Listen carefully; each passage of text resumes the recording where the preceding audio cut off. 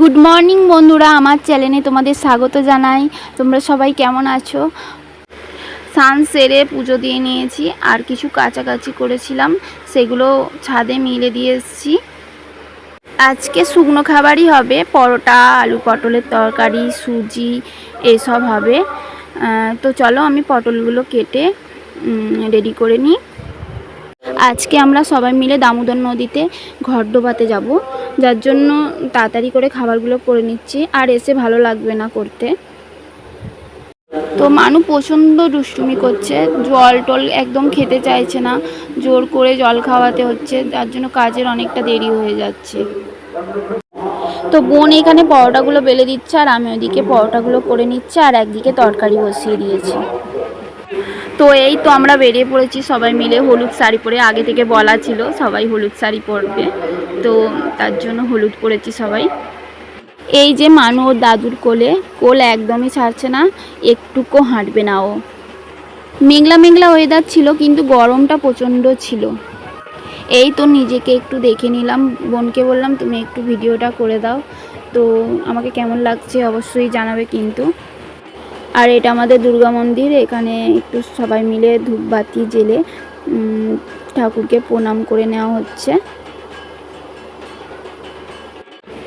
আমরা দামোদর নদীর কাছাকাছি চলে এসেছি, তো এখানে ঘট ডোবানো হবে। এখানটা আসতে যেন একটু শান্তি পেলাম, এত সুন্দর হাওয়া দিচ্ছিল না ওখানটা থেকে, ওখানে গাছতলাটার কাছে দাঁড়াতে খুব ভালো লাগছিল।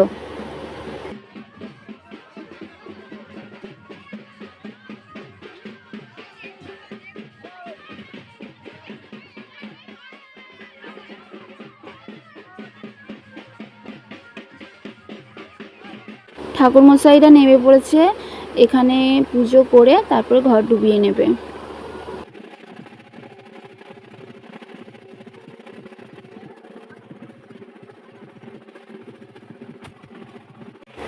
এখানে সিনারিটা যা সুন্দর লাগছিল না দেখতে, মেঘলা আকাশ আর তার সাথে সবুজ, চারিদিকটা সবুজ আর নদীর জল, ভীষণ ভালো লাগছিল দেখতে ভিউটা। মানুকে টোটোতে বসানো হচ্ছে, ও একদমই বসতে চাইছিল না, আর এই যে এখন বসেছে দেখো। সব নিজের লোকেদের পাশে পেয়ে ওর একটু ভালো লাগছে। তো এই তো এটা হচ্ছে কাকিমা, আর ওটা হচ্ছে যা। ঘর ডোবানো হয়ে গেছে, আমরা এবারে বাড়ির দিকে যাচ্ছি। ঘর ডুবিয়ে এসে ঠাকুরমশাইরা পুজোয় বসে গেছে।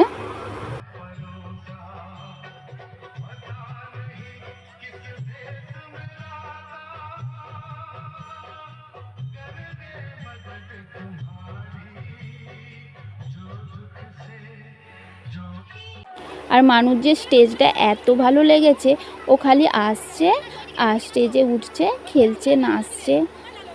আজকের মতো ভিডিওটা এখানেই শেষ করছি। তোমরা আমার পাশে থেকো, ভালো লাগলে একটা লাইক করে দিও।